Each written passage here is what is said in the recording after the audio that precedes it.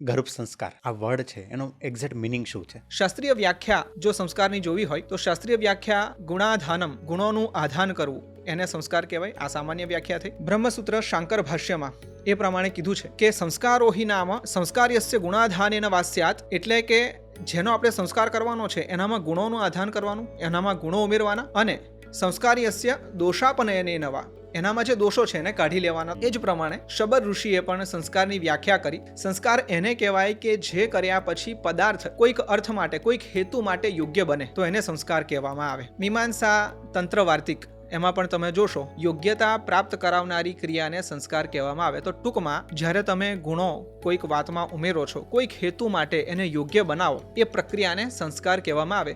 જ્યારે ગર્ભાધાન સંસ્કારની આપણે વાત કરતા હોઈએ, શરીરમાં 3 અબજ બેઝિક પેર્સ જીન્સના હોય છે. એટલે ટોટાલિટી જે જીન પૂલની છે, જેમાં ટોટલ જીન્સ છે, તો એમાંથી કયા ટ્રિગર થશે કયા નહીં એનો ઘણો ખરો અંશ તમારા હાથમાં છે કે તમે કોને ટ્રિગર કરી શકો. એને જ આપણે કહીએ ગર્ભાધાન સંસ્કાર.